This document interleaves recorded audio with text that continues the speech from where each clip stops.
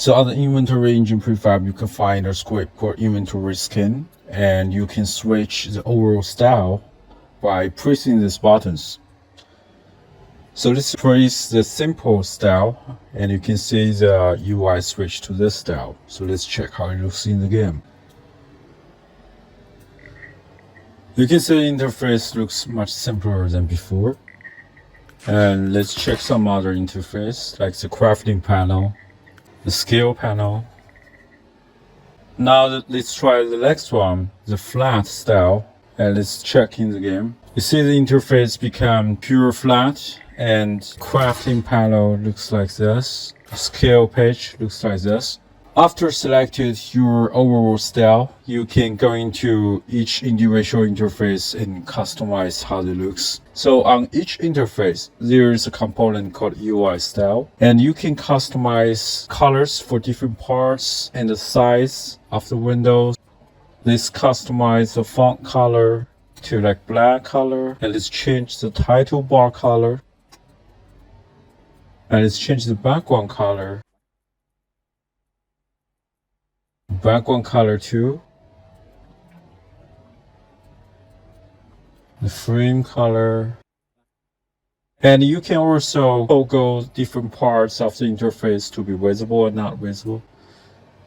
So let's hide the weight bar, and we can hide the frame as well. And we can customize the scroll bar. And you can also adjust the size of the UI. So let's make this window smaller. Now let's check the action bar. Originally we have 10 slots here, but if you don't want 10 slots, you can customize the size to have fewer buttons here. So let's make it 3. If you don't need this experience bar, you can make the window shorter and toggle this progress bar off. And let's change the color to match the inventory window.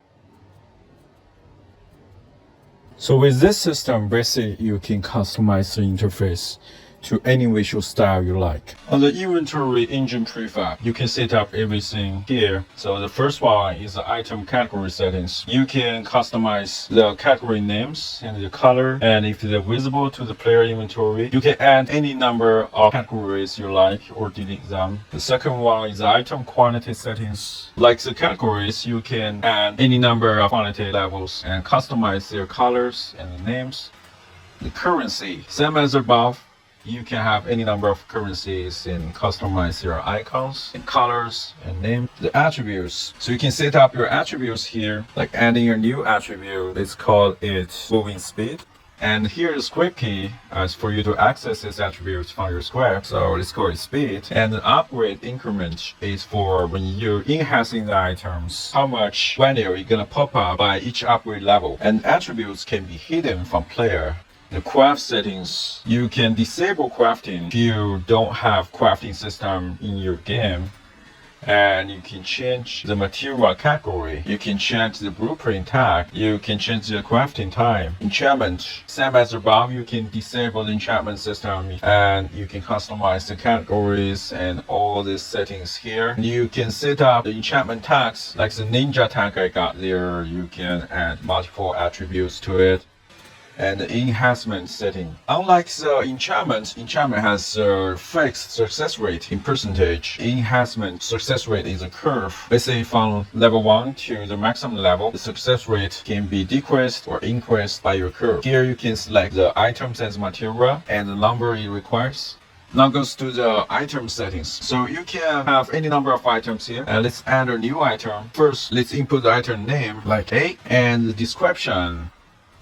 Set up the categories, consumable, and the quality, common, and let's pick up our icon. So I already provided 100 icons in this pack, so you can find out a suitable icon like this one. Set up the maximum stack. Let's put it as 99, and the price 5 gold, the weight 0.1, drop rate 47%. Check this if it's usable, consumable, tradable, deletable, or visible to the player. And you can add attributes to it. So let's put HP 5. The user actions. Basically, when player uses item, the callback function gonna pass this action tags to your script. Let's put eat HP The tag is for your script to check, like you can group multiple items into some tag. Let's put food here.